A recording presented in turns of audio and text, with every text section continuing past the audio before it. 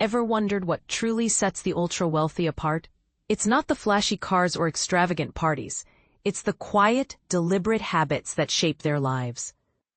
But here's where it gets fascinating. These habits aren't exclusive to the rich. Anyone can adopt them. And I'm here to share what I learned during my time as a nanny for an ultra-wealthy family. This experience wasn't just a job. It was a masterclass in how real wealth is built and maintained, not through opulence, but through intentionality and systems. Before I became a writer, I spent a season caring for 2 children in a home with more staff than most boutique hotels.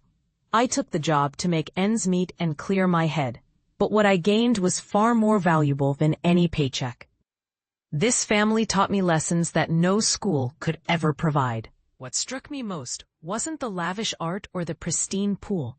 It was the subtle, almost invisible rhythms of their daily lives.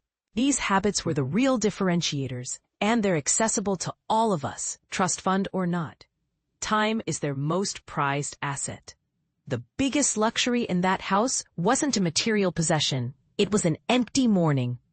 At first, it seemed odd. How could such busy professionals have such light calendars? Then, I understood. They fiercely protected blocks of time for deep work and family. Errands, meetings, and distractions were delegated, automated, or eliminated. Their days were structured to prioritize what mattered most, creating a sense of margin, space to breathe and respond, not just react. Automation eliminates friction. This family relied on systems like oxygen, unseen but essential. Bills were on autopay, groceries arrived on schedule, and routines were streamlined. A shared household note acted as a playbook, detailing everything from bedtime rituals to meltdown management. These systems made the right choices effortless, freeing up mental energy for what truly mattered. Privacy is a practice, not a performance. Contrary to stereotypes, this family wasn't broadcasting their lives. Doors stayed closed, staff used first names only, and social media posts were bare and intentional. Privacy wasn't about secrecy. It was about preserving what mattered most. The kids' achievements were celebrated privately. No performative posts, just genuine presence and connection. Calm comes from clarity, not money. I've seen chaotic mansions and peaceful small homes. The difference? Clear defaults. In this family, every recurring moment had a plan.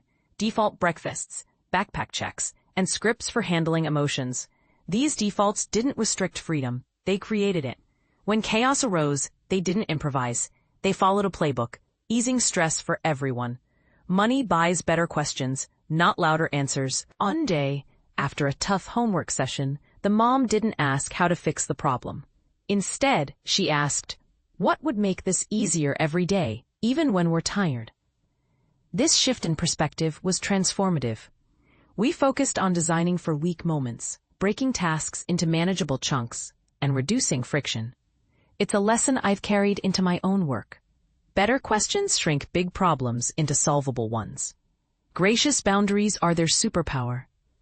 The word no was a constant in this household, but it was never harsh. It was kind, clear, and intentional. The family pre-decided their priorities: family dinners, sleep, meaningful work, and everything else negotiated around those pillars.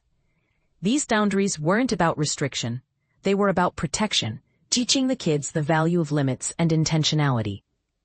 Food is fuel, not a spectacle.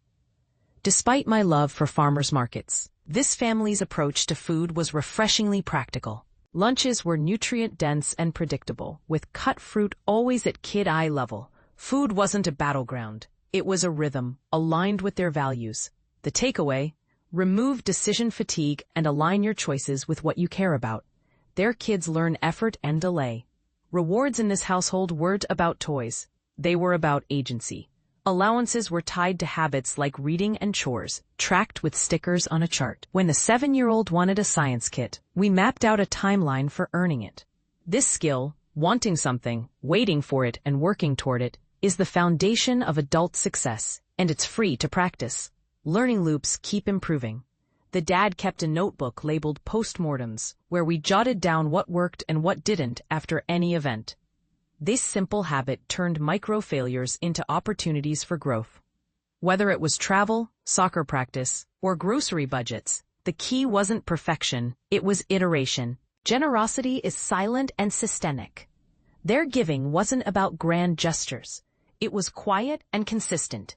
Recurring donations, scholarships, and a giving jar for the kids taught that helping others is part of everyday life. You don't need big numbers to make a difference, just consistency and intention. Margin is the ultimate luxury. We always left 10 minutes earlier than needed, not out of pessimism, but respect for reality. Those extra minutes turned potential chaos into calm, reducing stress for everyone. I've since applied this to deadlines, conversations, and even runs, padding time to prevent rushing and snapping. Status is quiet. Stewardship is loud. The most impressive people in that home didn't talk about money. They talked about stewardship. They knew the names of their staff, thanked the delivery driver, and wrote handwritten notes to grandparents.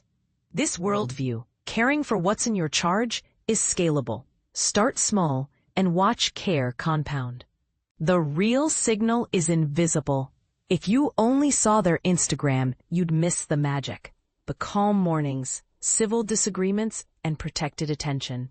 Noise looks like wealth. Signal lives like it. What can you borrow today? You don't need a staff to live like this. Start small. Automate one bill. Set a default breakfast. Defend a 2-hour block for deep work or rest. Choose one boundary. Give consistently. And start a tiny post-mortem habit. These quiet upgrades add up to a life of intentionality and ease. I never expected nannying to teach me so much about building a better life. But by copying these quiet habits, I've transformed how I work, plan, and live. And this is the part most people miss. Real wealth isn't about what you have. It's about how you live. So what's one quiet habit you'll adopt today? Let's discuss in the comments. I'd love to hear your thoughts.